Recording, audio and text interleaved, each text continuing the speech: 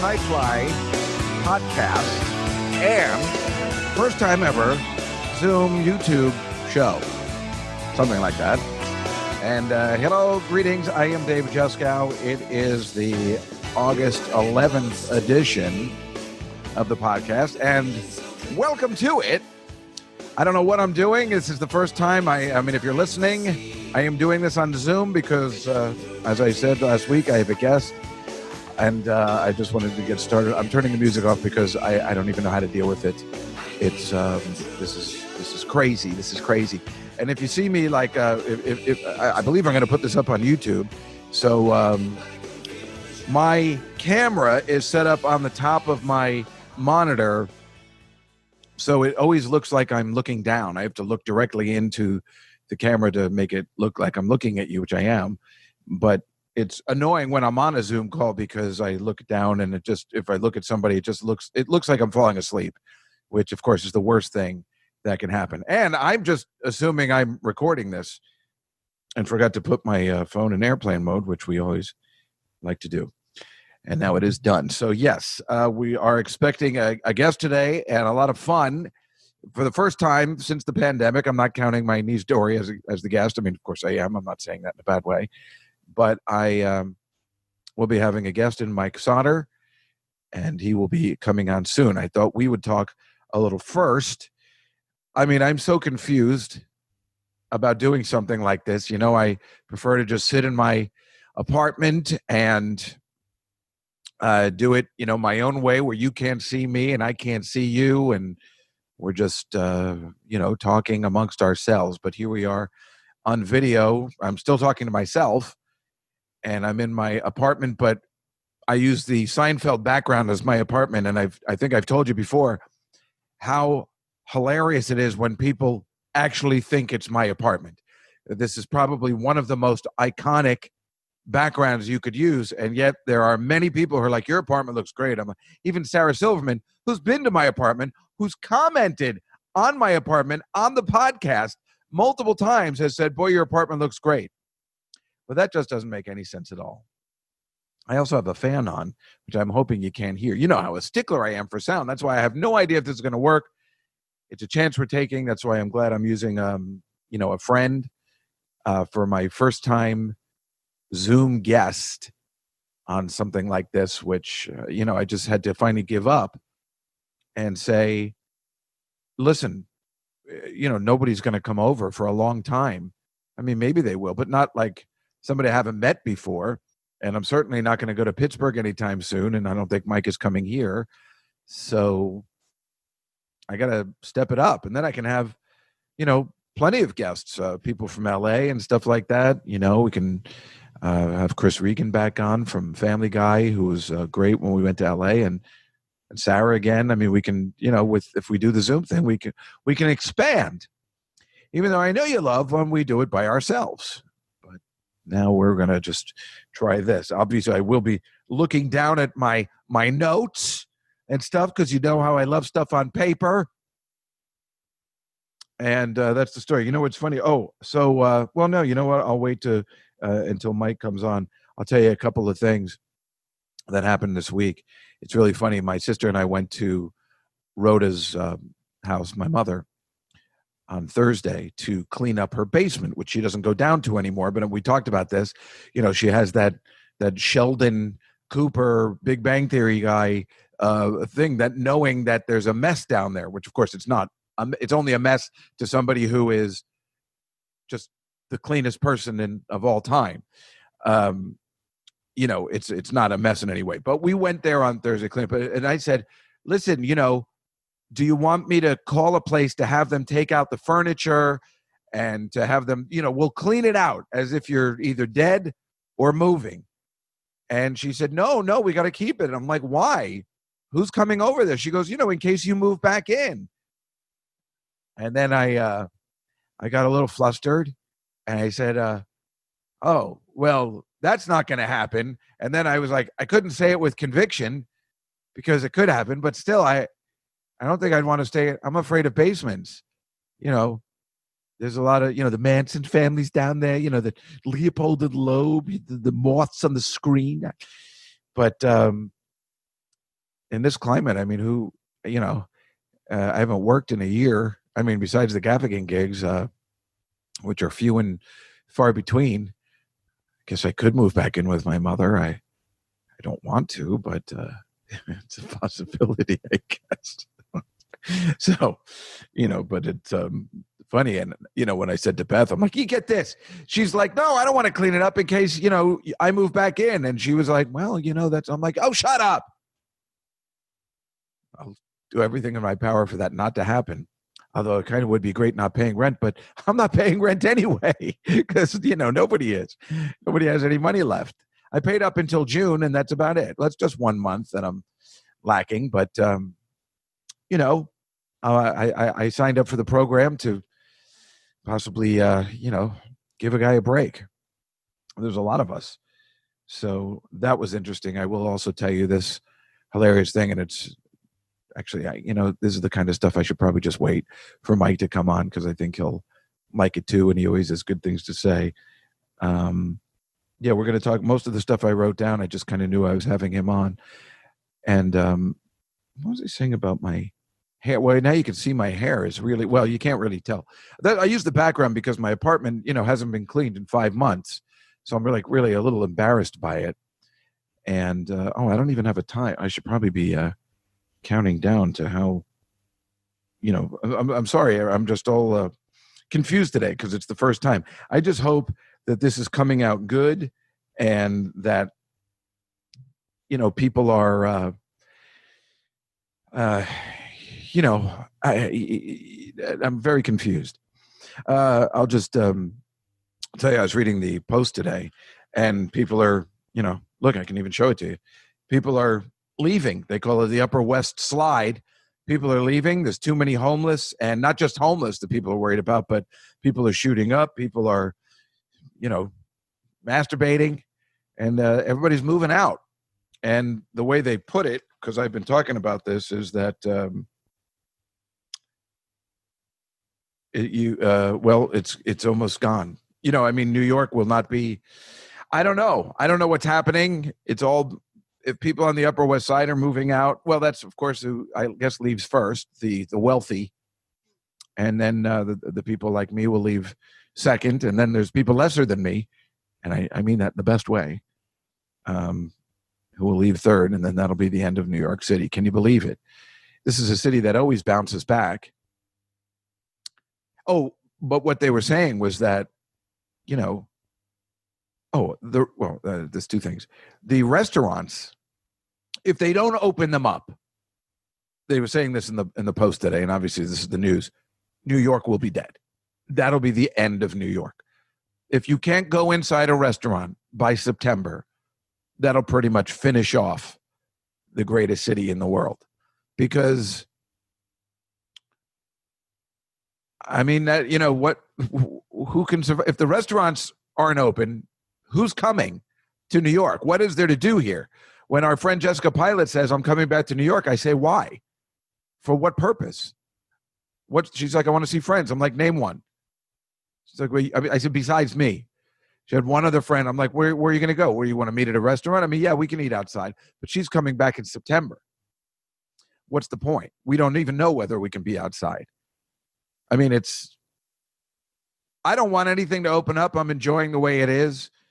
No fear of missing out. Although this past weekend, Attell was at Governor's, and he did not invite me to open for him. You know who opened for him was our friend Olga. So I can't be mad at that, but I think he, was very jealous that I was doing the Gaffigan gigs, and he doesn't need this.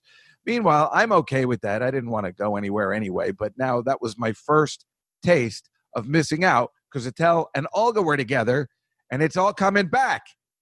And I had a bad night, I was like uptight. And that is not where I want to be. Thank you.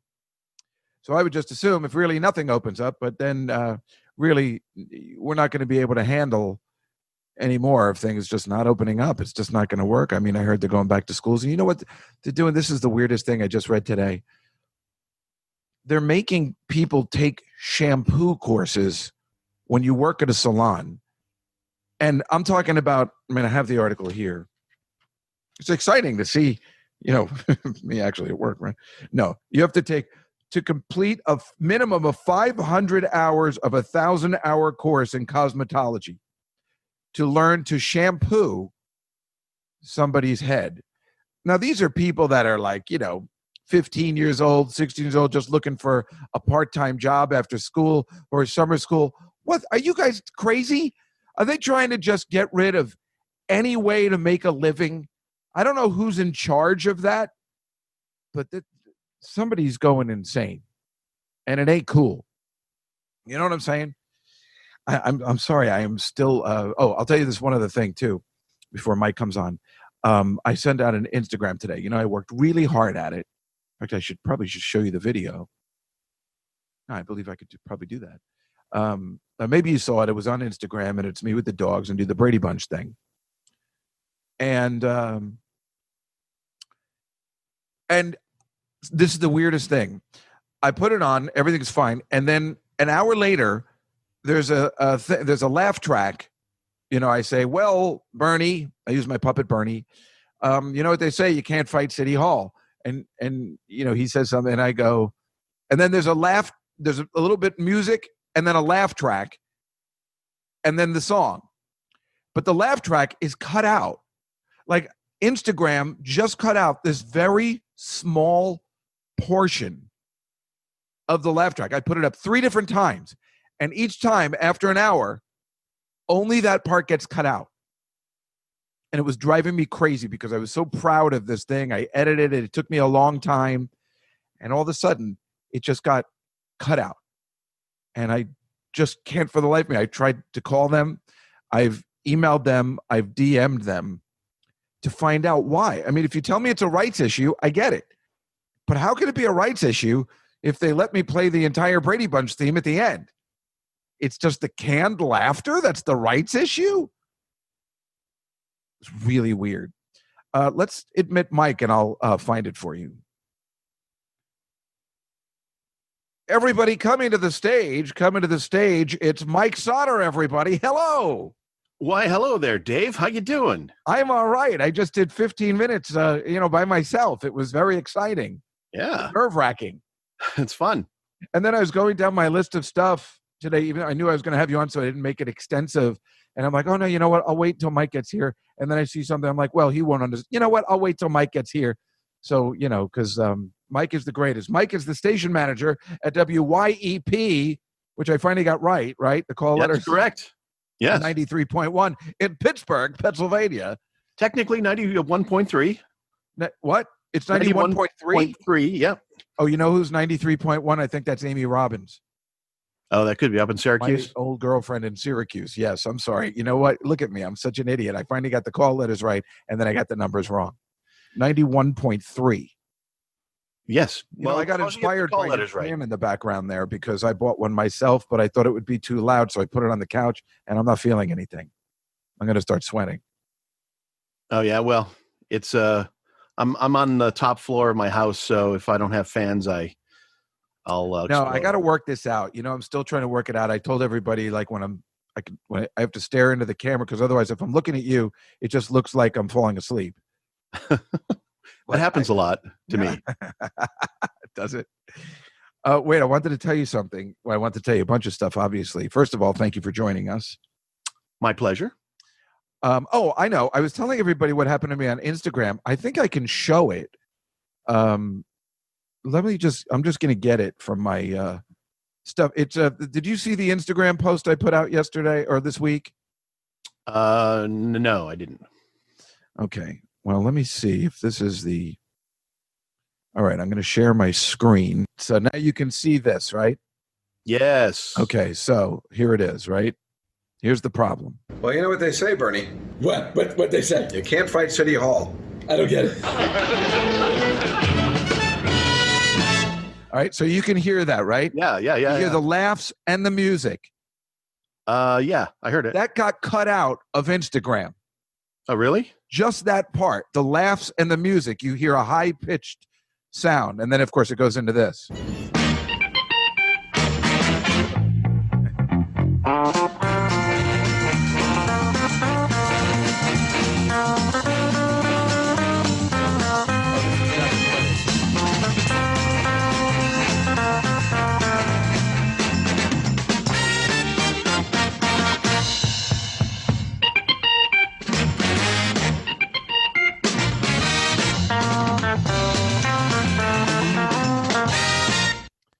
So that is what I had credits put in too with Colin Quinn and Sam Morril, like, cast members.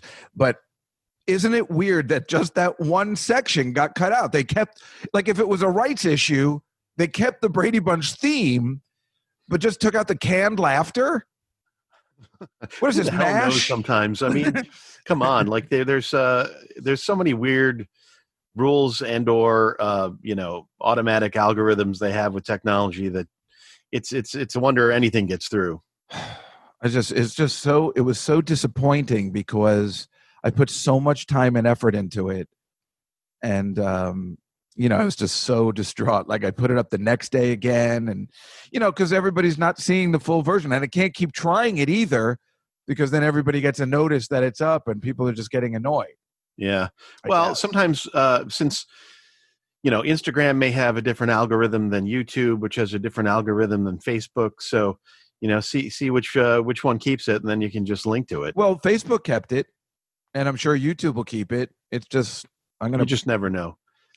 I'm going to up my YouTube channel. Yeah, sorry. Speaking of interesting little tidbits of stuff, I have some audio to share with you. This is not Name That Tune.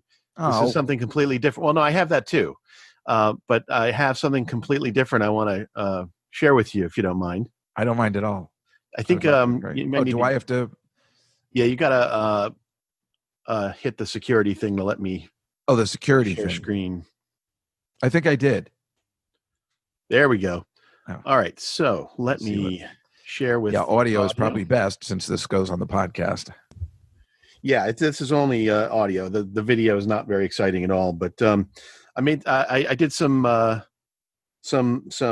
radio style IDs for you. And you definitely put the sound is shared by the computer too, right? Yeah. Okay. So all right, let's your radio IDs are amazing. All right. Well, I have a handful of them. So if you want to listen to them now, or if you just want to sprinkle them throughout, that's fine. Actually, we don't have. Oh, you do have to share the screen, right? Okay. Yeah, you do have to. Unfortunately, here's the first one. Razzle dazzle. The Nightfly with David Juskow. Start program right now. Razzle dazzle. Now you freak flags flying. Oh, I'm going, baby. I'm going. Oh, are you gonna be sorry? That's fantastic.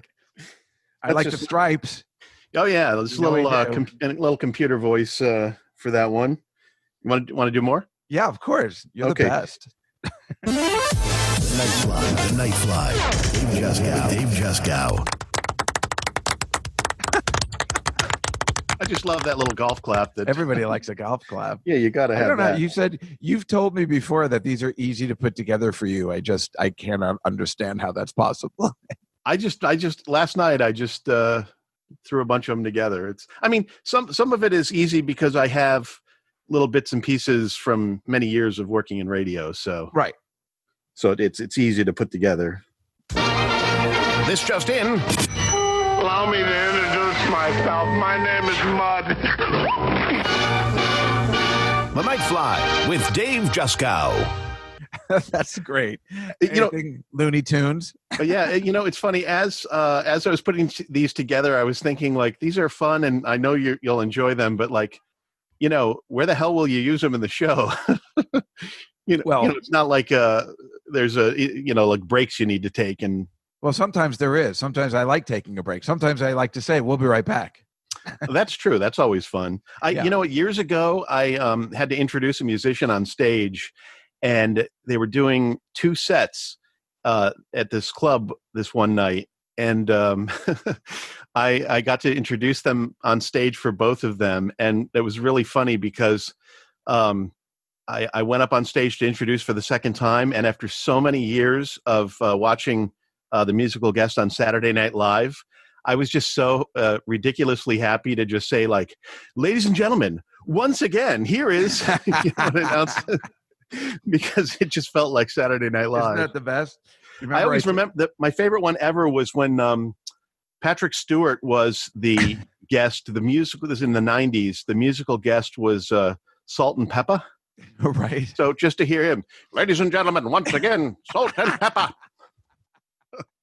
Right. That was so much fun. It's funny that you say that, because whenever I watch Saturday Night Live and I fast forward through the commercials, when the musical guest is coming on, I always back up if I've got where they just get to the music, because I want to see the introduction, because I want to see if in fact it is the host saying it, or sometimes it's a special guest star.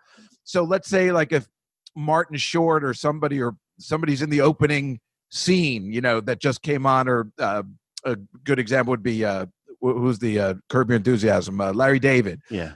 Sometimes he plays Bernie Sanders, right? Like sometimes they would have him introduce the band or that person. So I never want to miss it.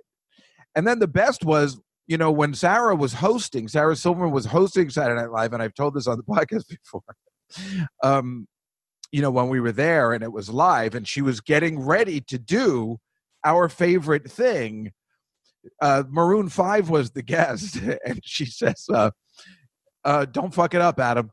And he's like, I'll try not to. And then they cut in, in 3 seconds and said, and once again.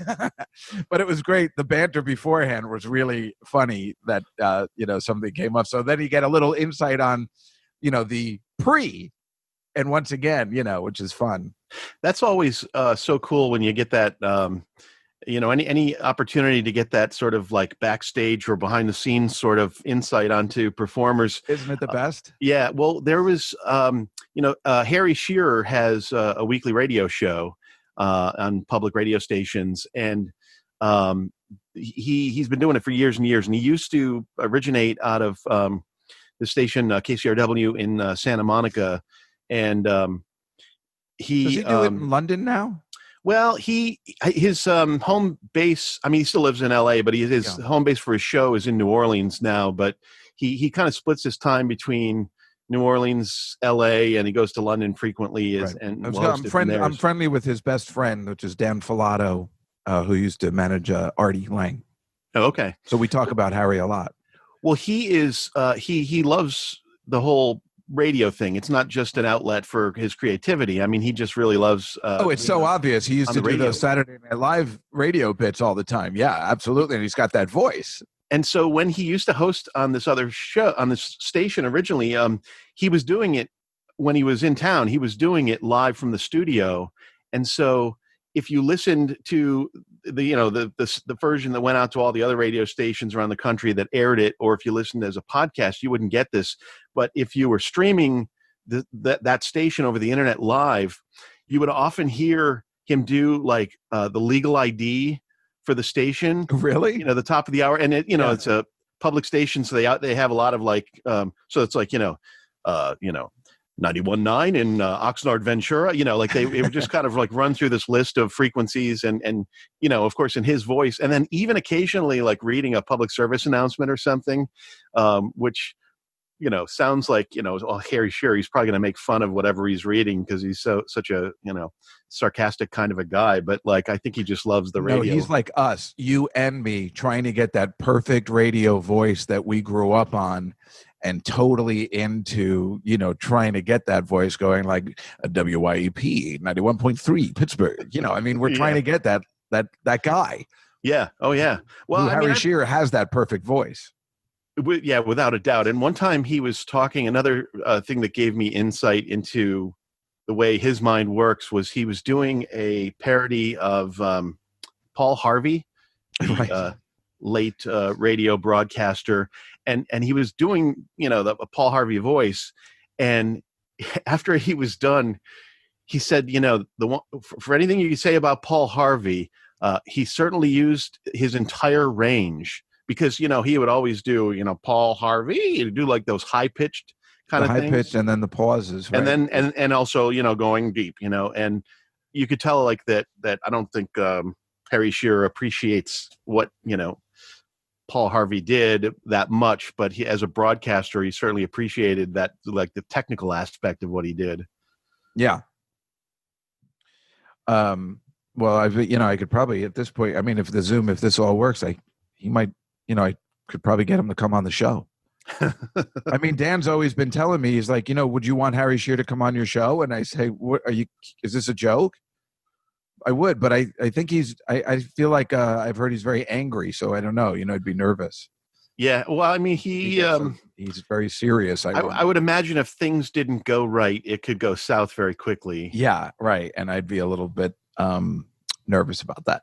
Because if memory serves, wasn't he a cast member on Saturday Night Live for two separate occasions, but not for a complete season either time? Oh, is that right? I don't know about the complete season, but that's when he would do that the late night radio guy, which of course we love, which is of course what the Nightfly is supposed to be based on, from the Nightfly album from Donald Fagen. And, we love, I mean, Mike and I went to college together, and Mike Sauter has been a DJ since the day I met him.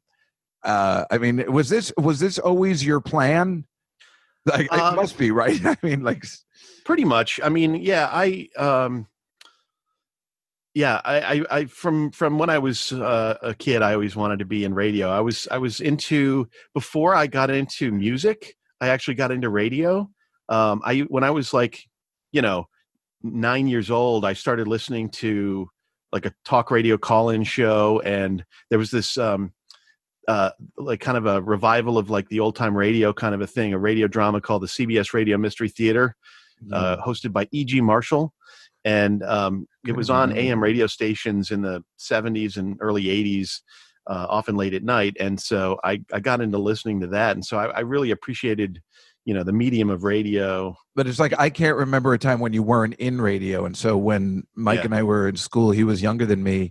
He just really got into the, and as you know, for the last couple of weeks, he's been sending me songs that I can play, because he was our other friend, John Weber, became the station manager of this thing. And he and Mike single-handedly turned the station from, 38 special and stuff to alternative rock, which was supposed to be what a college station, even it was, that bummed me out, but that's what a college radio station is supposed to be.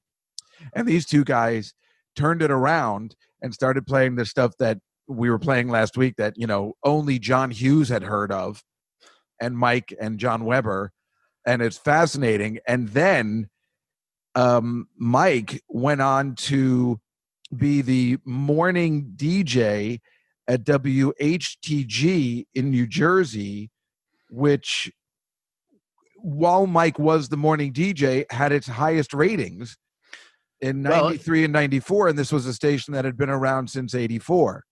Yeah. I mean, it went, it was a good time to get into, the commercial radio station, alternative rock kind of a, well, as we know, there was genre. WLIR, which was the most famous of all, even though when you think about it, it's not famous at all, but it was famous because it was this very small Long Island station, which started playing bands like Duran Duran and Human League, which no one had heard of. Am I right, Mike? Yeah, I mean, they were well known in the East Coast because their signal could get into New York City. So a little bit, barely. I mean, depending on where you were. I mean, it's just like HTG could get into New York. Staten Island, a little, because I tried really hard to get it, knowing you were on the air. I could not get it in the morning, maybe late at night. Yeah, there were various times, various locations you could get it, but also there was KROQ, the original K-Rock, which was in L.A. They were pretty early on as well, but HTG was in the handful of like original alternative stations. Right. Well, I only know about the East Coast ones, obviously, but then that the LIR is famous. There's even a documentary about it. And then HTG was a good, Jersey one, which I could get clear and, became, actually you guys probably took over. LIR wasn't even around when they were already gone by the time you were on. Well, HTG, LIR turned into WDRE, and then DRE lasted for a while. I don't even know if they changed back to LIR, but yeah, eventually. So you guys were the only ones in town. Like you were there when Nirvana and all that kind of stuff started, and LIR was already gone. And Mike was the morning man, which was like the biggest deal. Well, it was the biggest deal, although, as I used to say, like, going up against Howard Stern in his home market was not exactly easy to do. But our most well-known, perhaps, alumnus from the station was Matt Pinfield, who left in '94 to go to MTV, and certainly he found a lot of fame for doing that. Well, that was the amazing thing, right? Matt Pinfield was on, which was like, high honor. And he was still a friend of the station all those years when he was on MTV too, right? Oh, yeah. He came back like in 98. He came back and he was doing, they had like a summer beach house that MTV was broadcasting from at the Jersey Shore that summer. And he had a show called Say What, where like the big thing about the show was like running the lyrics over the video because, half the time people can't understand what the lyrics of songs are. So everybody knows I have a problem with that. Well, and this was like before, obviously the internet was around and people were using it by 98, but it was like, still not easy to get song lyrics for a lot of songs. So anyway, he came to the old station and shot a show there. So that was pretty. He was always very nice to me too. And you introduced me to him, which was exciting because he was a pretty cool guy. And I used to go see him as well as you spin records, as they used to call it, sometimes at clubs in Jersey, New Brunswick, or you in Perth Amboy, New Jersey, our favorite story.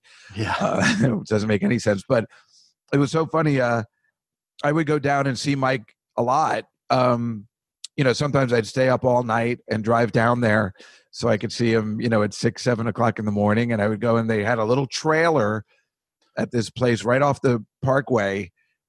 That's where the radio station was, in a trailer, right? In a goddamn. Well, it was a little ranch house. It was like a ranch house. Yeah. Right. Yeah, there was a trailer on the other side that somebody lived in, right? But it was actually it was a total mom and pop radio station. The call letters of the station were the woman who owned the station when I worked there. It was her parents' initials. Oh. And she actually lived in like one end of this ranch house. It literally was a station that started as a kitchen table operation. The front office, that you walk into was probably the living room of the house. And I used to hang out there a lot, and then I'd just sit in the reception area. Well, because that receptionist was ridiculously hot, and I would just hang out there. And sometimes you'd bring me on the air, and it was super fun. And I don't know it seemed like I was there a lot. Yeah, it was fun. I always enjoyed whenever you would drop by because it just gave me an excuse to, when I got off the air at 10 o'clock, to go out and get breakfast and coffee at a diner. Yeah, it was so much fun, and it was exciting to be a part of, this this era and the music and stuff. And then, everybody that worked there was like really nice because, you had to want to work there. You had to love music and radio to work there because the working conditions were awful. We had like we had a green carpet in the front office that there was a lot of rips in it that were repaired by green duct tape. And we had literally for a while had paper clips holding together the on-air board. And we got paid so little that every time New Jersey would raise the minimum wage, everybody would get a bump up in pay. And and even where you were recording was like Joe Franklin's old office. It was like full of CDs and albums, and you were sitting pretty much on a crate, weren't you? Were you even in a chair? We did have a stool for that, but for when I first started there was like literally like a one of those ancient steel milk crates. Yeah, that's what I thought. Right, what they were using for a chair in the on-air studio. It was. Completely unacceptable. And, the part about Mike that I'm just trying to, point out while he's here is that you have to understand that, the people that, yes, there was Howard Stern, but the people that liked music and appreciated the kind of music Mike was playing worshipped Mike. I have several friends that couldn't even believe that I knew Mike because they would listen to that station and loved that station and loved you. And I was so excited to meet you. And I'm like, really? This guy? Yeah. That's not to say that I didn't get my share of, hate mail. Or actually in those days, it was like you'd get hate faxes. Why? Oh, that's the nature of the beast. People are always going to hate, Why would they hate you? Because they hated your stupid voice? Or they just hated what you were playing that day? I actually have. You were like the least controversial person I've ever met on the radio. I used to get, occasionally I would get some hate calls when I would say something like, okay, sometimes, I think I told you this story about how I was making fun of after the Marv Albert situation when he got I forget what was going on, but he kind of got disgraced with some sexual stuff thing that or whatever. seems lame now. Well, I know, and I was talking about it and joking about it on the air, and I'm sure every single morning host in the country was doing that, but it just so happened that we were a small station, and I guess it was Marv Albert's brother was driving. We being in New Jersey, close to New York, we actually had a lot of people of prominence who would listen. Like Springsteen used to listen reportedly, and Hey, stuff Mike, like that. I don't appreciate you talking about Marv Albert like that. No, but it was Marv Albert's brother called me up to chew me out for making fun of his brother, and I'm like, what are you calling me just because you can get through on the phone? But no, I did. I saved my very first piece of hate mail, and I saved one other one that somebody was they just didn't like my style on the air, and they called me just a David Letterman ripoff. And I was so happy. That made me so happy that somebody called me a David Letterman ripoff, because I was a huge fan of his. And I was like, well, if that's coming across, then something's working right. That's so funny. And I'm sorry for sending you that letter, but I know that you, would like that technically. So you're welcome. Oh, thank you. I forensically traced it back to someone else, mister. So it wasn't you. I had, I had some here. I had the, let's see if this works. Can you see this? It's a video? Yeah. Oh, yeah. I'm Mike Sauter. I've been your host for this special 2-hour edition of HTG Old School, and I just wanted to say thanks for listening. It's been fun to sit in on HTG Old School at this point in time, just 4 months shy of my 10-year anniversary on these airwaves at a station the likes of which never was before and will likely never be again.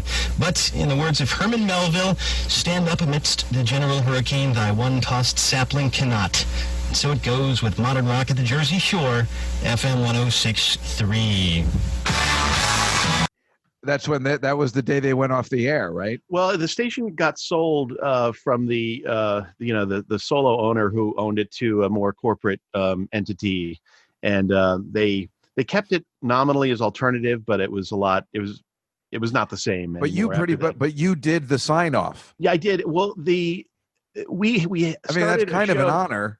Oh, well, I was the program director, so it was my choice, like I got to pick. But see, we had a show we had started called HTG Old School, and it was running every Friday night.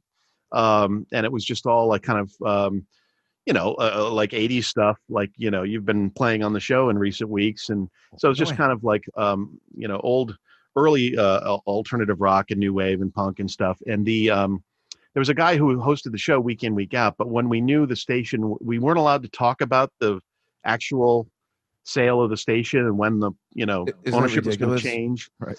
And so it just so happened it was on a Friday night that era of the station ended. So we made this special edition of this program, and we couldn't say anything about it, that it was the final broadcast from that studio, and it's so era. Ridiculous, right? It's even more annoying than that. But people kind of got it, and we were playing clips of like old interviews, like especially we had a bunch of interviews recorded of people like Blind Melon, with Shannon. Mike, are these Boone. people that came into that small house? Oh yeah. Really? As a matter of fact, it was when Blind Melon came in, they had a reporter for Rolling Stone magazine. No, it was. No, I'm doing Annie Hall. Right, yeah. He's a reporter from Rolling Stone magazine. Rolling Stone. Imagine my surprise, Max. No, I think it might have been some like Details. Cut that out. It's like Details magazine or something like that. It wasn't strictly a music magazine, but and they totally made the DJ look like an idiot. And this, it wasn't me, but the poor guy got, like portrayed as being like such a tool. That sucks. In this thing. But anyway, yeah, like we had in our studio was tiny, and we had a on-air microphone, and we had a morning newscaster, and we had another microphone that the newscaster would use. And so when we would have guests in, we just had those two microphones, and sometimes bands would come in and perform in that studio. They perform in that where, because I've been in your station, you've put me on the air before. Remember, even me and my friend Kevin Cash came in that time to promote The Odd Couple in 1999. It was, and you're saying bands would perform in that small little room? It was like 10 feet by 12 feet, maybe the room, and that's with a it was about as console big as and what I'm seeing equipment behind and your head. What's that? Now, I mean, it's as big as what I'm seeing behind your head right now. I mean, but this is much bigger than what we had. I mean, it's it was tiny, but we would have like whole bands in there performing, and somehow it usually sounded okay. Wow. But yeah, like who else came to this little tiny small station? Like who else? If you actually, who else slept with the receptionist there? Thank you, folks. I plead the fifth on that. Although. There might have been. Well, anyway, there were so many suitors. It was really tough to get in there. I tried. Yeah, there really was. hard. I remember right before I started working there was a band who came in for an interview, and then they, played. They did some conversation bit, and then they played a song off the CD, and they weren't going to perform live. They played a song off the CD, and then when they came back, one of the band members wasn't in the studio because the other band members kind of were making fun of him, saying like, "Oh, he's out in the front office because he's hitting on the receptionist." That girl was hot. I think. Yeah. I think we did a video together once. We became. I used to follow her around. She was that hot. It was totally worth it. I can't remember her name for the life of me. I suppose you can't either, huh? Well, I'll tell you after we record. I see. So, right. That. Right. I thought you were going to say like what she's been doing now or something. You don't. I mean, don't keep in touch with her, do you? I'm. To a certain extent. To see what she looks like. Anyway, but I remember. Don't you remember that story where we were in New Brunswick one day? I guess you were spinning, or Matt Pinfield, one or the other. It was at the Melody in New Brunswick. Yeah, that was Matt. Matt spun at the Melody, and me and Chris. No, Chris Regan wasn't there. It was just me. I think I just went down by myself to see this girl, and she had also invited another dude to see her, and then he wanted to get Coke. So do you remember this story? And I went with him, and we went to a really bad part of New Brunswick because he needed me to. No, I wouldn't go with him, but then he got in trouble, and they knifed him or something, and they stole his money, and then he said, "Will you drive me back there? I want to fuck them up," like something. And I'm like, are you sure that's a good plan? And he had a truck with a stick shift, which I interestingly knew how to drive. And I said, okay. And I felt, it was funny because we were there to go out with this girl, but we became friendly. And then I drove him there, and he ran out of the car and started beating up these people, but then he got jumped. And, I got him back in the car, and we went back to the Melody, and then he couldn't take it. He goes, "I'm going back there again." I'm like, "Are you out of your goddamn mind?" And then he went back, and I don't know how I heard the end of the story, but apparently they had him up, and they had guns and knives or whatever, and he threw his keys into the bushes, and so they couldn't have his car. Did we have cell phones back then? Maybe he called me, and I picked, because we were looking in the bushes for his keys. I can't remember how the turn of events went. I remember I didn't want to go back to that neighborhood. It was terrifying. Some horrible place in New Brunswick, which maybe they cleaned up now, some projects neighborhood. I thought the end of the story was going to be that they were so impressed that he kept coming back that they became friends. Well, I think they were. I think that's why they let him keep coming back and didn't, really mess him up bad. But I think they were just like, this guy. I was impressed. I'm like, this guy's out of his mind. But I remember we were both there to see that girl. And she was, she's like, "Oh, I see she invited all of her suitors this evening." Yeah, we can tell the caliber of those suitors from that story. Well, he was a nice guy. He was actually, that was funny why we hit it off, because he was actually really funny. He was insane, but he was a nice guy who I just got, he was just fucked up. like if you had met him the next day, I'm sure he would have been very polite. But we used to have lots of people come in. I mean, most the day that Kurt Cobain's body was found out in Seattle, and I thought you were going to say out in front of your trailer. No.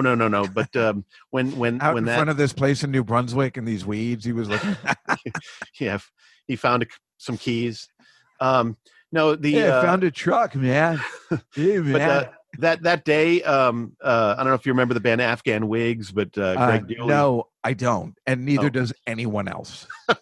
No, now wait Mike a minute. is just like, you might remember Husker Du, and they were hanging out with that's the Afghan Wigs. What's the matter with you?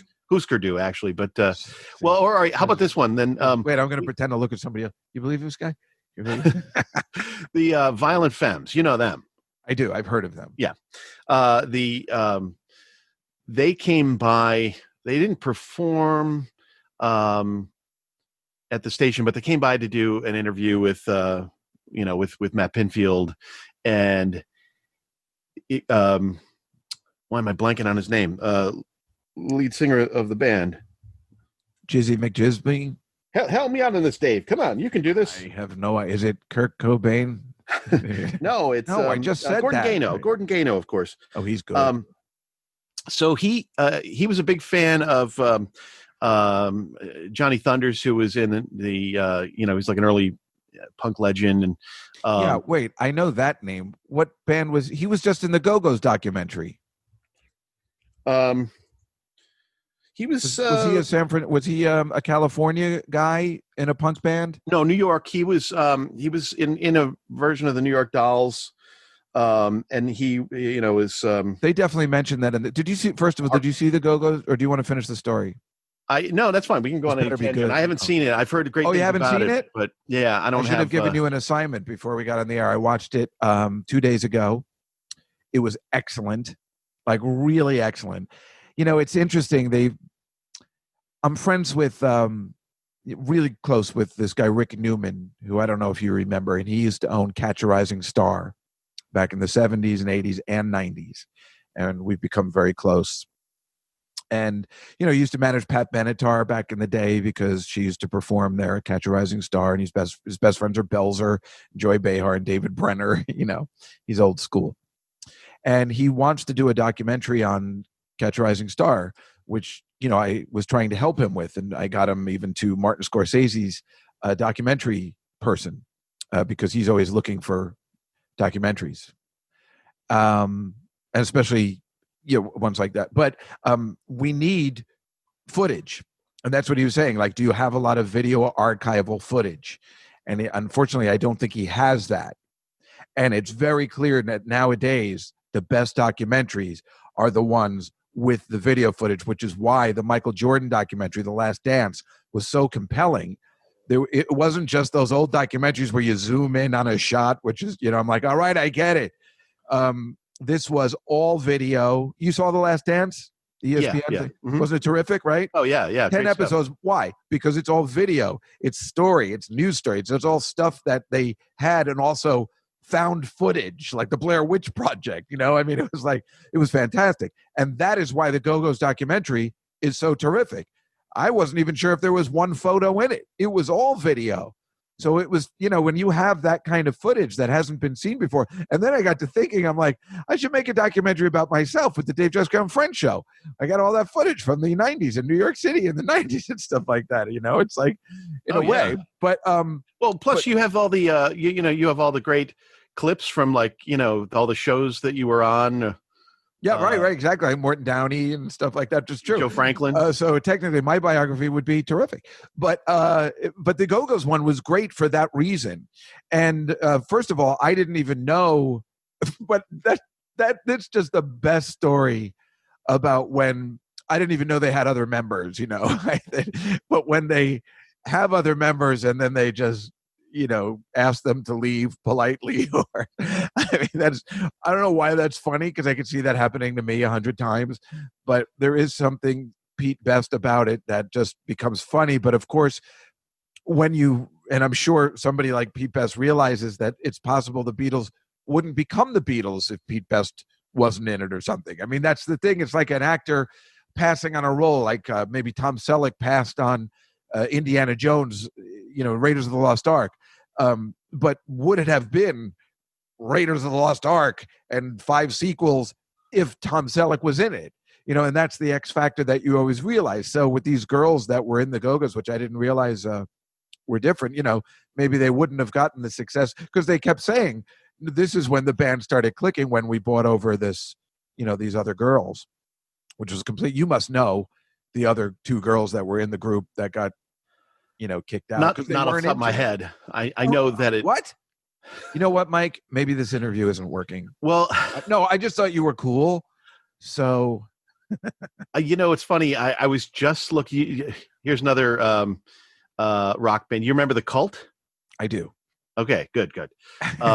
Because I was just conversing with somebody on Twitter about them this morning, and I looked them up on Wikipedia, and you know how they have for bands, they'll have, like if it's still a current band, it'll say like, here are the members of the band, and then it'll have a list for past members. Yeah. Yes. Of course. I look at this all the time. Yeah. Well, the Cult has like 4 times as many past members as current members. I mean, it's humongous, the list. It doesn't. There's 2 bands that I went actually looking one time to see who has the longest list of past members, and if you really want to see something incredible, you have to have a band that is a large band that's been around forever, like Chicago.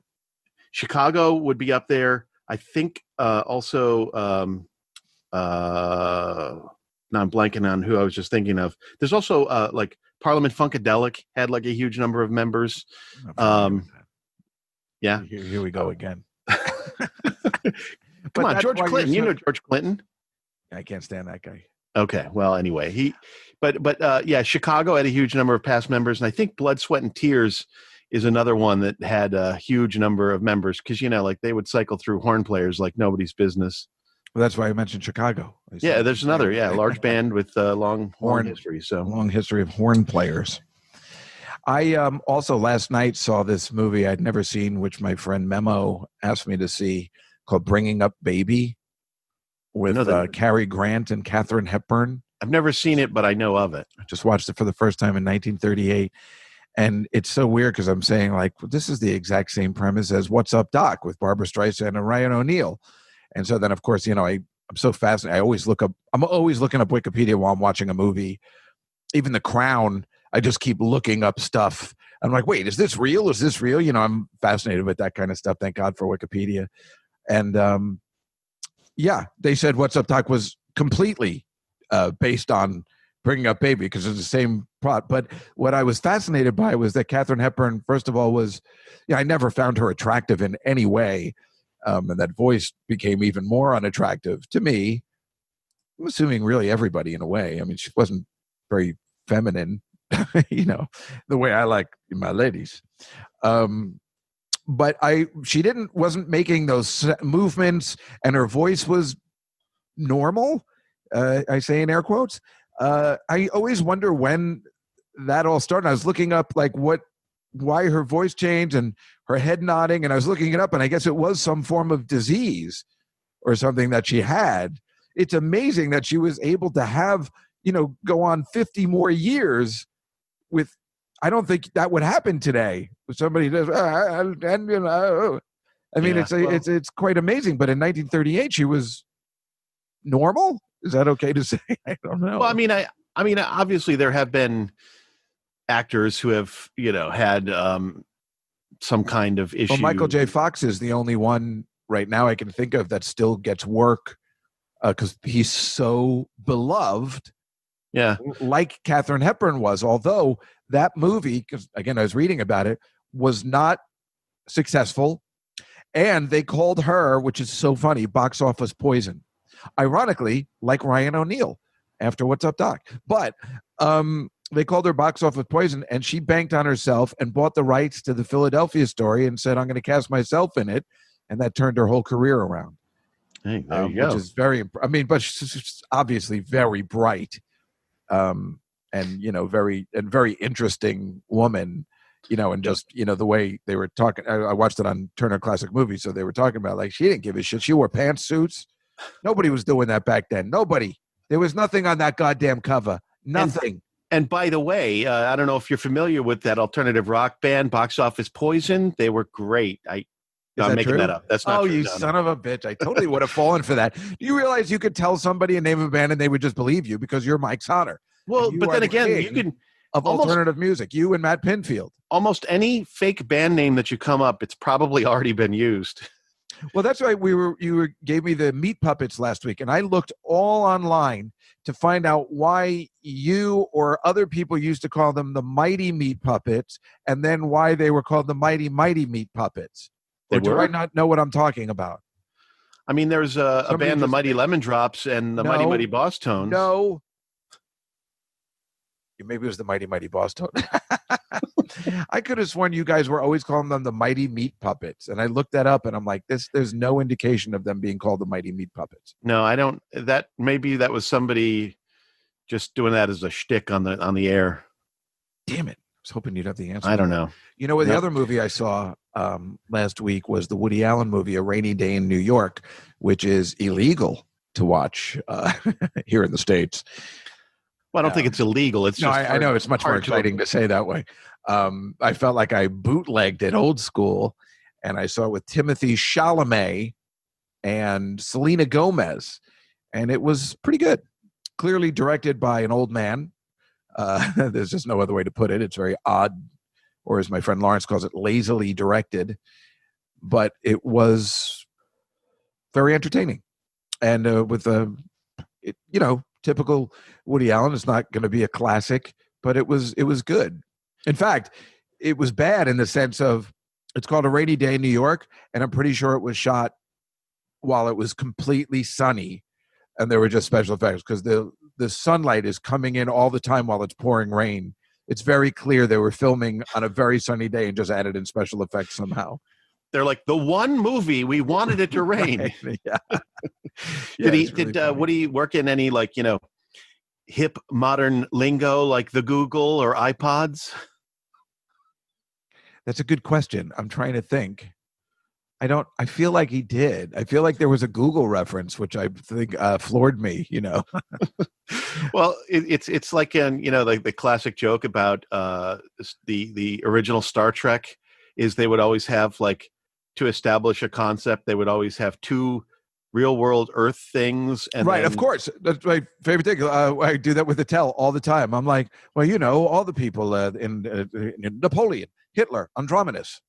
Yeah, right. There would be, great documents of history, like the Magna Carta, the Constitution of the United States, and the Pact of Rigel 12, or, there's always some, the third thing in there. And that was brilliant though, right? No, it's great. You establish the pattern with the two so that everybody knows that the third one has to be an example of that, but it also is, All right, Mike, I'm going to give you some Beatles trivia question. I've prepared for you. Mike Sauter, if you don't know, is also a very, very big Beatles information guru. He used to have a show while we were in college called Breakfast with the Beatles. One of 400 shows with that name. I know, but still, I mean, when I have a Beatles question, I go to you. My friend, this guy, Dave Schwensen, who's a comic, he just wrote a book called The Beatles at Shea Stadium. I think he self-published. But I do enjoy, I don't know as much as you do, but I do enjoy seeing if they have magazines and pictures and stuff like that. And I am, it's fascinating that we're all still completely fascinated by these guys. What do you think is the allure, and the besides the obvious sense that they changed musical history? Why them? I mean, they not only changed music history, but they also changed a lot of cultural history as well. I mean, they changed fashion.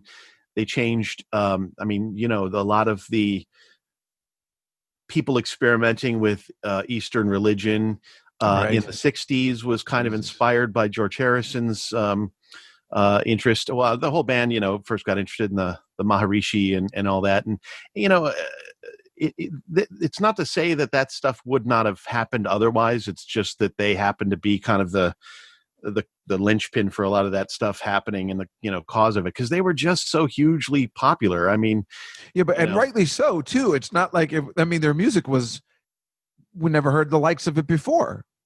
They did a lot of. It feels like a joke. Like it's just strange that they were so talented and so far above. The Rolling Stones are really great, but this band was sick. Like there just isn't anything like them until really we were talking about this the other day, right? Until Nirvana. No, I was talking about with Dennis DeYoung. Until Nirvana really came around, there was no change. Would you say that, or? It's hard. I mean, it's hard to put it all on a band. I mean, Nirvana they never had the depth of influence, or, I mean, they really, I mean, Smells Like Teen Spirit was a cultural moment where everybody, maybe not everybody, but it was, across a lot of different boundaries, and people were really, really into that song. And, the band had a really interesting persona, and Kurt Cobain was certainly an icon. But, the thing about the Beatles is they were so incredibly restless they always wanted to evolve and change. And that's usually problematic for bands because their talent just can't back it up. When you have, you could probably think of any example of bands where they go in a totally different direction on a certain album, and it just doesn't have the same appeal. People aren't, their fans, have to apologize for it, and nobody's really into it. I always think of U2 as a great example of, Achtung Baby as an example of why they have lasting power. Lasting power, because that album kept their style, but they also changed it just enough to roll with the new times. Do you agree? I agree that with that one, it changed, but that was kind of, you can look at that as being their only really successful album. Not talking about commercially, but, creatively very successful album of the 90s, because they did Achtung Baby, and then they did was it Zooropa? Was the next one? I don't remember. Pop. And they were just kind of, I don't know, I thought floundering a little bit, and they had some good songs, but as an album, they didn't quite work. And then when they had, why am I blanking on the album title? The one with Beautiful Day, right after the New Century hit, and it was kind of a return to form for them. But sometimes, and I think they were an example of, I mean, Achtung Baby was a great twist on their sound. That's what I'm saying. But that came after they did Rattle and Hum, which was, they did that documentary, and then Rattle and Hum had some stuff that was in the documentary, but it had some, brand new songs on it, but it kind of changed their sound around from the Joshua Tree for that. And they were able to kind of make those evolutions, but only up to a point, because I never liked them. I hated that Joshua Tree album. I hated it so much. I didn't like them at all, but I did like Achtung Baby. Yeah, well, it was. I really enjoyed that as well. But I think the Beatles, like they starting, from around like 65 or so, they started evolving their sound with every album. Yeah, isn't that fascinating? Out. And they were, and it all worked. I mean, maybe not all, but the occasional clunker. But also, I think we were talking last. Mike and I, we Zoom every Tuesday with some college buddies, and I think we were talking about last week how I saw George Harrison on the Dick Cavett show, which was so great. If you ever get an opportunity, it's really simple to see on YouTube. He, he clearly didn't care for Yoko, which we know is obvious, but to, kind of hear him, he's like, who sat in that chair last week? Yoko. And he just gets up and he's like, oh no, and then he pretends he's joking, but it's very clear he's not joking. And it's very clear that she did break up the band. However, you have to always remember also, and again, I think about this because it's from That Thing You Do, the movie, That Thing You Do. This guy, he says, some bands never last even 6 months. You never know what's going to do it. But the Beatles had a 10-year run. And that's pretty good for a band, right? It's very rare to be a Stones or a U2. A 10-year run, we forget sometimes because it was so devastating when they broke up and they just never got back together. And obviously there were mitigating circumstances which caused that. But, I mean, 10 years, we forget sometimes. 10 really good years. I mean, it was 10 really very productive years. right. I mean, it was more like, when you think about it, I mean, in the U.S., they didn't really get big until 64. So it was really About 12 years. 6 years? Oh, in the U.S., you're saying? Well, they I always say from 64 to 74. Well, I mean, they broke up in 70. So they broke up in 70? Yeah, it was April of 1970 when Paul announced that the Beatles were. Well, when did Let It Be come out? 70. Oh, then why was I always thinking 74? I mean, there are fans for years have made like their own versions of like the next album, because there's songs that the Beatles rehearsed together that wound up being on solo records. And so like kind of putting those together, figuring out what could have made the cut. I mean, that's been a little pastime for Beatles fans, but really, I mean, when you think about it, as solo Beatles, they were like all over the charts, in those early 70s years. But that Dick Cavett one was really good because George Harrison was saying like, I really wanted to, play some songs. I was getting really good. And I wanted to, it's like, I always thought he was so high, he didn't care. But apparently he really cared and he wanted to put his own music out. Well, the problem for him was he was, a very talented musician. But, when you're in a band with Lennon and McCartney. Right.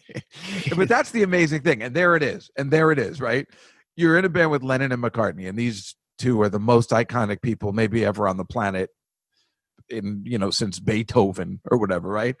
And then George Harrison is possibly equally as talented, right? And you forget about there's a third guy too who, could be just as good, and he's a really good musician, and he's really got some great songs in his head that, again, if you can just get out, stops taking drugs, might be able to put down on paper. It's fascinating, but you're right. It's like, that's why, how I always, and I do it on the podcast all the time, I make fun of Stuart Copeland every day. For this guy just doesn't seem to get it. He's so angry at Sting. Wouldn't you, if you were in a band and you found Sting, wouldn't you just be like, this is some sweet magic. I'll just do stuff on my own and just be grateful that I found Sting. Yeah. I mean, that guy's still angry. And it's not like we'd get along. He's put out some good music outside of the Police, but come on, nothing can hold a candle. But it's funny that he thinks he's on par. I mean, his drumming is really good, and he founded a new style of drumming, and that's great. But, you're not going to compete with Sting in your songwriting. It's ridiculous. But it's funny that he's still angry about it. Sting he's so great. I'll show him. Here's a little tidbit. I'll show him by doing the Rumblefish soundtrack. Well, he did have that was a great song he did with Stan Ridgway of all. Wait! Don't tell me. I remember. I know because we were on the station at the time. Stan Ridgway from. Don't tell me any of this. Stan Ridgway from the Mexican radio people, right? That's right. Damn it! Crap! I can't remember the name of the band. Wall of Voodoo. Was it Don't Box Me In? That's it, yeah. And that's him and Stuart Copeland? That's right. What's up, people? Just got wins. Here's look it up. Here's a tidbit for you. Looking at anything. For you had Andy Summer also playing guitar. Who? In the Police. And he seemed okay. He seemed like he kept his mouth shut and kind of got it. Well, he was older than the other guys. As a matter of fact, he when he was starting his career, he played guitar in like the last incarnation of the Animals.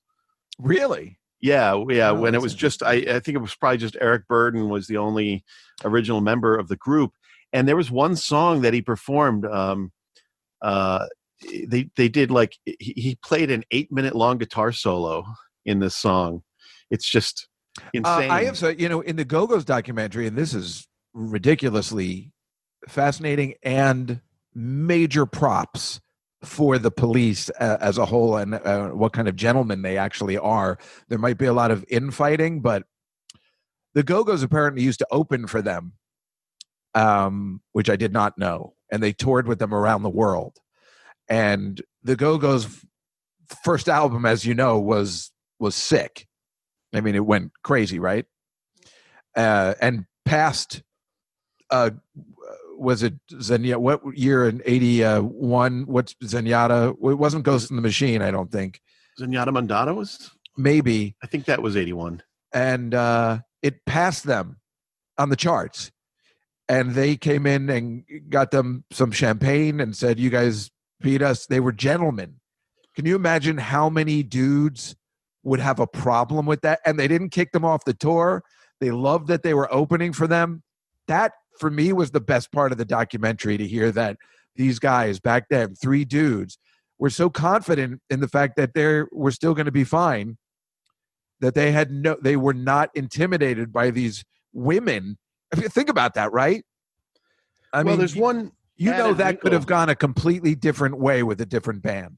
True. Oh, there's one added wrinkle to that, is that they were. I don't remember exactly whether it was a joint thing with A&M Records but they were the Go-Go's were. They were on the same label. Yeah, it was the manager. Well, IRS Records was run by Stewart's brother. That's Miles right. Copeland. That's right. Miles Copeland. He's in the documentary. I was wondering why his last name was Copeland. But that's not the wrinkle. It's, they're the police. They could say, he could say to his brother, we can't have it. We got to have them off. They're too popular. The audience is coming to see them. But that's how big the police were. That wasn't the case. They were still gentlemen. It might be a kind of a wrinkle, but still, it could get done, or they could fire his brother or whatever. Sting is Sting, and he's still the man. I think their dad, the Copeland's dad, I think he worked for the CIA. And so you think that's why they didn't? No. That's nothing to do with that. But it's kind of funny how you girls are going to make trouble. There's they both the sons both had kind of government related outfits, like IRS Records and the police. Oh, that's funny. Oh, how interesting. Oh, that's very interesting. Oh, see, you're all right. But no, it was great to, and so the way they, when they were talking about the Go-Go's, they're talking about making their first music video, and like everyone, they were like, why are this is such a waste of time. I can't even begin to tell you, because nobody knew. This is in 81, right? MTV's maybe on the air. August 1st, 81. Right. So maybe it's not even on the air yet. And they're like, why are we doing this? Why are we doing this? It must have been, though. Although I don't know. Yeah, it must have been, right, because they're in 82, right? Okay. So they make the Our Lips Are Sealed video, and the reason they got to make it was because the police made a video and they didn't use all their money from it. So the Go-Go's got to use the extra money the police didn't use, and that's how they made the video. Oh, and meanwhile, then they said, MTV just played it nonstop because it was so popular. I can totally remember it in, I guess, that must have come out in the summer of 82, because I remember I was in high school and I heard it, even though I know it came out in 81. Anyway, let's go with the Beatles trivia, Michael. Yes. And I'm just going to ask you some questions, and I'm not going to give you, I don't think you're going to need the multiple choice. So let's just try this, okay? Okay.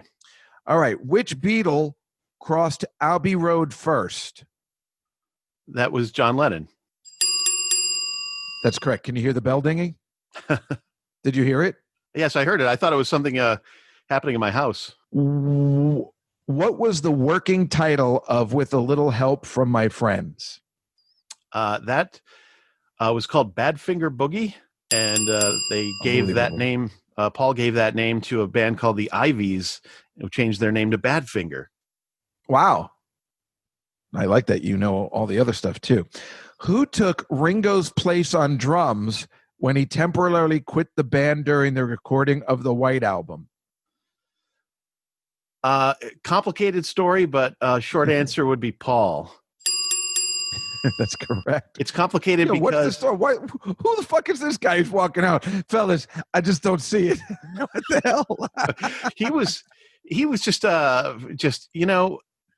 the White Album it wasn't their only musical project, but it was their first album after Sgt. Pepper. And he tells the story about the Sgt. Pepper album is where he learned to play chess, because there was so much like studio setup and, the other guys doing their thing and recording things over and over again. And he would just like sit over in the corner of the studio with, one of their... and be lucky he was in the Beatles. Who the fuck is this guy? Well, he was lucky, but he basically just went off on an unplanned holiday to a Greek island for a couple of weeks. Why? What does he care what those guys are doing here? I mean, what this guy, I thought he got it. That's why everybody liked Ringo. He doesn't sing, and maybe they throw him a song because they love him, and he doesn't get the right songs because, again, you're with Lennon and McCartney. Yeah, Dave, if you were in a group with three other guys doing creative stuff, you're telling me that no matter, even if you were with people who you understood, like maybe they were more talented than you wouldn't get pissed off at times and walk out? No, I completely like that. But I thought he was cool. I'm a mess. Yeah. I would never have been, I would have been a mess. But, being older, like they were in their 20s, so I get it.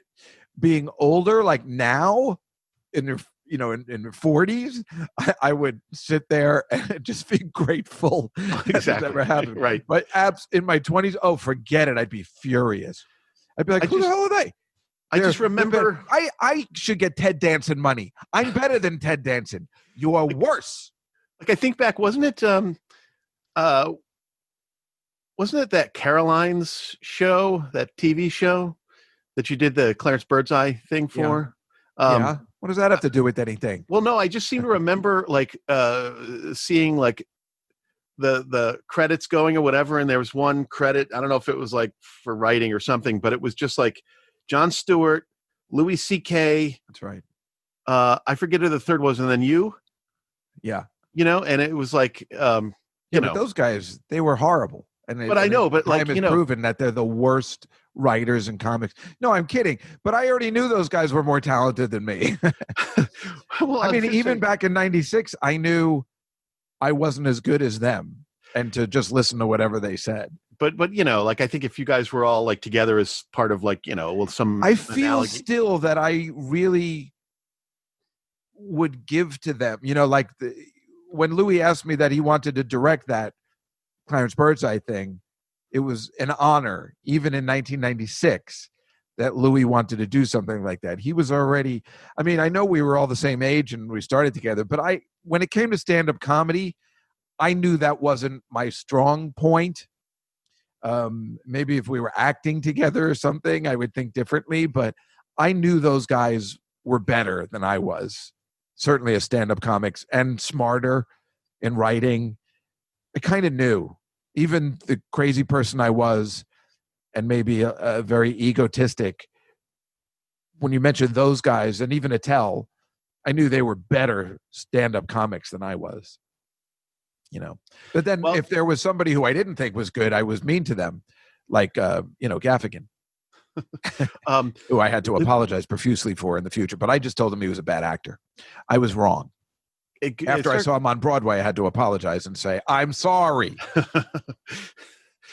Well, circling back to the Beatles, when Ringo left, Paul did the lion's share of the drumming, but isn't that interesting as hell? Back in the USSR, all three of the remaining Beatles had some hand in percussion. But isn't that the worst, is that you leave and you're teaching them a lesson, and then Paul just goes, I'll take over the drumming. Fuck that. You're like, you can do the drumming too.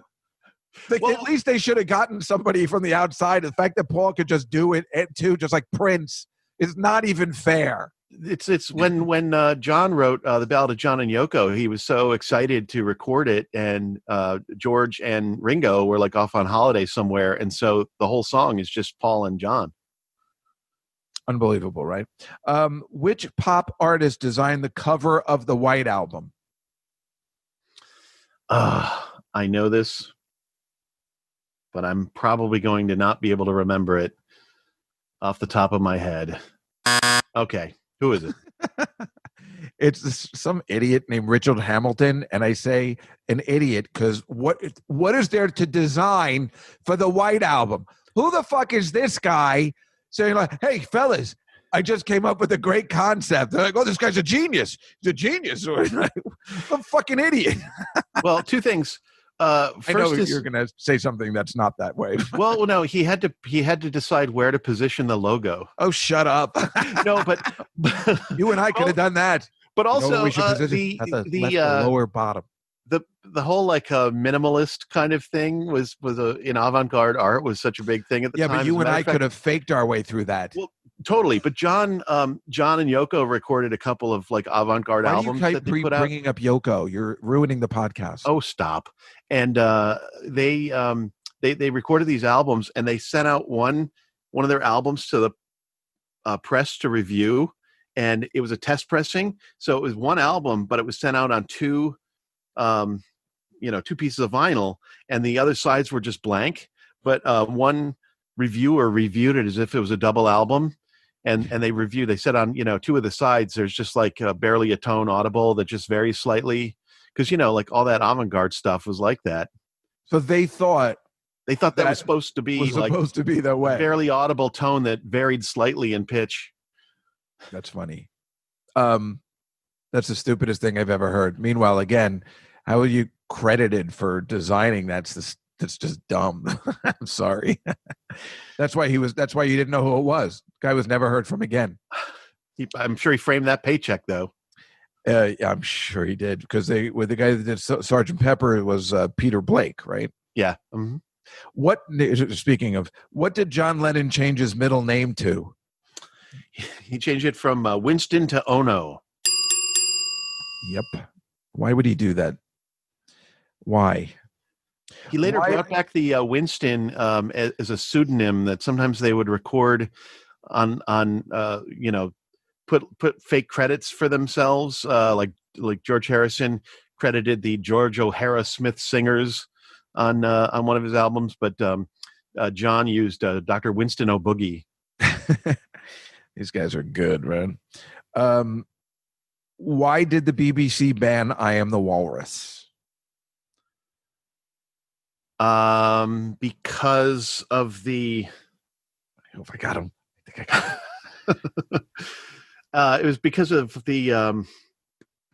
what's the line about the nuns? Was it about that? No. What? Well, you're kind of... Okay, so it's about the line, so you're kind of close. So I'll give you this. But this is so funny. It's the line's pornographic priestess, so you were right, kind of, and let your knickers down. You're right. You got to be fucking kidding me. Let your knickers down. Well, A Day in the Life was banned from the you BBC can't say knickers anymore in Black Lives Matter. Go ahead. What were you going to say? A Day in the Life was banned from the BBC for I'd Love to Turn You On. Really? See, have we come a long way? I'm not even sure anymore. Who knows? Who was the Beatles' original bass guitarist? I can't believe I'm blanking out on his name right now. Can't believe it either. Stu Sutcliffe, of course. Oh, that's right. You're right. Yeah. Who was Stu Sutcliffe? Why do I know that name? I don't know why you know his name, but he was friends with John, and he was an art student, and John. That's right. He was an art student that left the band. He didn't want to have any. He left the band and went to an art student, and then he died a painful death. Yeah, he had a He's an brain idiot. hemorrhage. I'm sorry. I know that's horrible, but he probably had a brain hemorrhage for like, what have I done? I left to go to art school. He's like Rhoda. But his art. No, he really couldn't play. Like he actually. I know. He looked good, and he would sometimes he would face away from the audience when he was playing, just because he was embarrassed because he couldn't really play. I know. It's just there's just nothing funnier than somebody leaving a band before they got famous, like on their own accordance. I mean, that is just hilarious. Who introduced John and George to LSD? It was George's dentist. I can't believe you know that one. I had no idea. What my dentist did the same thing, but I just thought that was odd. I didn't know that was a thing where dentists do that. George's dentist, he dosed them when they were going out without their knowledge. Yeah. How does that guy still have a license? Because it was the 60s. The exact opposite of the story of them taking out, I'm going to turn you on, and then take it out. And then this guy still had to practice after he dosed them without their knowledge. Yeah. Everything is fakakta. Fakakta, Mike. who was Got to Get You Into My Life written about? Pot. He knows everything. I did not know that. That was the that's all the trivia. Nice. You were very good. I gave you a couple of toughies, and what you know, I got all but one. Why I did those was because I had no idea of those answers, and was very fascinated by that kind of stuff. Yeah, we've played my family and I during the lockdown have occasionally played Trivial Pursuit, and it's just unfortunate whenever there's a music question that comes up for me, because there've been one or two times where, you know, they'll get like 5 words out of the sentence and I'll shout out the answer. I'll just be able to guess what the question is. The funny thing about Mike is, and this is why we could never not be friends, is that he actually named his daughter Quincy. I'm pretty sure it's after the show, the Jack Klugman show. Let's just say it is, Mike. Let's just say it is. Yeah, you know. I always think it is, actually. Is that not the case? I just really assumed it was, because Mike is like us, and that's why he is a member of the Nightfly, because he appreciates all the nonsense that we like to talk about. Yeah, I mean, I really tried hard to talk my daughter, and this is because this is just on its own. Even if you take away any of the connections, this is just a great name for a girl. No, not just Quincy. I mean, which it is, but like I had my number one pick. I tried to talk my wife into this, and she would not go with it. McCartney. Oh, I mean, that's cool. Yeah, I mean, if you had like a girl named McCartney, Sauter. Well, but you're 7. That's you. What are you talking about? He's my hero. He wrote the White Album. You're doing the George Costanza bit, but that's really funny. I love Quincy. Where did you actually get it from? It's not from or you just, for a girl too? That's so cool. It actually, my wife was the first one who suggested it. So really, oh, God, you really met your match. But it actually had nothing to do with Quincy Jones or, you know, Quincy M.E. or anything. I just thought it was about, for sure, Quincy M.E. Mike was one of the first people that noticed the difference for when those shows were on, like a Quinn Martin production, like Barnaby Jones and all those things. And then when they switched to a QM production, Mike was like the first person to like notice that kind of Act 1. Murder for hire. I used to do that. You were doing that in college. It was hilarious. Oh, yeah, that was. I always thought I was the only one, that knew all that stuff, and it was so nice to meet Mike, who knew all those ridiculous Mannix, Barnaby Jones nonsense stuff that. Oh yeah, no one else knows except us. I always loved Barnaby Jones. Oh, just an old country boy, and then he would like shoulder. He's like this old guy who like shouldering indoors. It just made no sense.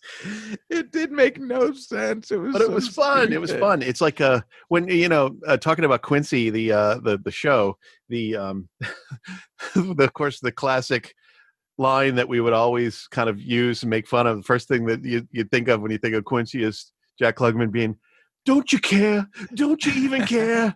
It was murder. Right. I mean, yeah, and we were also really excited that Jack Klugman did well. Like everybody was excited that was a hit because you just wanted him to be successful because he was so brilliant in The Odd Couple. And you were hoping for the same thing for Tony Randall too. It just didn't work out. I mean, of course it did in a way, but he didn't have a successful series after The Odd Couple. Yeah, he had was completely able the Tony Randall show. Yeah. Playing I like the opening. Yeah, Judge, I think Walter Franklin and what was the other one? Right? Sydney Shore. Love Sydney. Yeah, so that was a chance because he was kind of playing a gay character. They were alluding to it, right? Well, in the sitcom, what was the controversial part? Well, in the sitcom, Sydney? It was never referenced because the whole point of it was essentially like The Odd Couple with, a single mom with a little kid moving in with Tony Randall. It was essentially that was like kind of the idea, but. In order to, it started off as a TV movie. Oh, is that right? And in the movie, there was a reference to the fact that he was gay. Just one reference. In the sitcom, they never mentioned it, but that was enough to make, some people go crazy over. I just like the fact that those two were friends until the end. if in fact Tony Randall was gay, and I assumed he was until he had those kids. Well, he was married twice, so. Well, everybody was married who was gay back then, so. Yeah, but he was married to his wife forever. I mean, his first wife, Florence. Well, whatever the case may be, the fact that they became friends, and then when Jack Klugman had cancer and lost his voice, Tony Randall was still there. Like it's wonderful to see if you're a big fan of the show, knowing that they were so close. And they did he talked him into doing a tour of the Sunshine Boys. I remember that. Oh yeah, but that was just not because his voice was shot. It was over. Well, yeah, but it kind of gave tough him to listen to work. But right, that's how kind is that exactly? Yeah, and then they did that Odd Couple reunion, which TV I still movie. liked. I liked the TV movie. Yeah, their kids were getting married, right? Something like that. Yeah, their kids were getting married. But the funny thing about it, speaking of Klugman, is that it turned into a merge of the Odd Couple and Quincy. Because Klugman wanted to include because obviously his voice was. Wait, was Sam in it? It was that horse. No, but because of that, there was some whole subplot or scenes talking about cancer and they worked that into the show, but those parts of it felt like Quincy because it was all this medical explanation stuff. That's funny. Well, Mike, I mean, this has been so much fun. I mean, really, I hope this comes out okay. I hope it recorded correctly. I know I love our sound qualities are perfect. I have the good mic. You always have a great mic. I'm just hoping it sounds the way I want to on the podcast. You know what a stickler I am for sound. And thank you so much for being my test guest. Yeah, my pleasure. Today. Can I want me to shoot you another ID while we're... Sure. All right, let's do it. Let's do this one. I could probably guess what. Dave Juskow starring on The Nightfly. Prepare to be dazzled. What year is this? What year do you think it is? The only thing we have to fear is fear itself. Days all night, play all day. Right, okay, people, you have to tell me these things, all right? I've been frozen for 30 years, okay? Throw me a frickin' bone here. My children, this is the most crucial and serious time of all history. The Nightfly with Dave Juskow. That is way awesome. That is so cool. And thank you for playing the Cars. Dave Curry will be very happy. I had to throw that in there. Our Cars fans, we appreciate that. Was this one other thing I wanted to ask was about the music. No, I mean, I so much love when you give me those titles and I get to research the songs and play them. I had such a good, I don't know if you heard last week's podcast, and I was having such a good time and finding out that New Order did pretty much the entire soundtrack for Pretty in Pink. Was fascinating. They did 4 songs on it, which, I only knew from hitting the songs and be like, oh my God, this is New Order. Oh, this is New Order. That was it's just so much fun. I just remember those songs because they are not part of my normal repertoire, because I'm more of the Huey Lewis guy. Hey, yeah, it's which is fine. That's cool. Make you guys very angry when we would put together the Nothing Special, which was our TV. Well, no, it wasn't so much that. It was just I mean, now I like the song, but at the time I didn't think it was that cool to have Let's Hear It for the Boy and for Denise Williams. Yeah, I know what it was. I put that in too. Well, technically you put it in a scene where I think it was in the Yuppie Frat. Well, that makes sense, doesn't it? Yeah, no, I guess so. What did you want to use for that? I don't know. Yeah. But, still, it was well, whatever the case may be. Anyway, thank you, Mr. Sauter, for coming. And I appreciate it. I am going to sign you off. Sure. And then I'll say goodbye to my listeners. All right, How do you do that? Have a good one. By the way, I'll just depart the room. Mike, it's just a WYEP 91.3, and you can get it online? Yeah, WYEP.org. Also, since we're... Are you the morning? No, you're the station manager, but don't you also DJ still sometimes? I fill in when people take time off, but I did just launch a new show. You can tune in, hear me hosting. It's a classic alternative show, kind of in the lines of what we were talking about back in the 90s. It's called Slacker Rewind, and it's every Friday from 10 p.m. to midnight Eastern. So WYEP.org/listen. That's cool. All right. Mike Sauter, everybody. How about a hand for him? Woo! All right. See you later. I'll see you later, Mike. Thank you. Well, everybody, that's our show for today. I hope it went well. I hope you can hear everything and the clips and the sounds. And I just, I don't know, I'm going to put this up on YouTube and see if it's enjoyable in any way, shape, or form. Otherwise, we just have our regular, normal podcast. I really hope everybody is doing terrific. As you can see, I'm great. I'm living in this really spacious apartment, and I'm just doing the YouTube bit because, you'll be able to, if I put it up, if I decide. It is quality Juskow material. It'll be on the Dave Juskow YouTube site, which I think there's one. I've had it there. It mostly just has the puppet pics up there, which has like 3 views. But otherwise, podcasting-wise, I will see everybody next week, as usual, in a regular audio podcast. Until then, this is the Nightfly. I'm Dave Juskow, and we'll see you next time. Good night, everybody.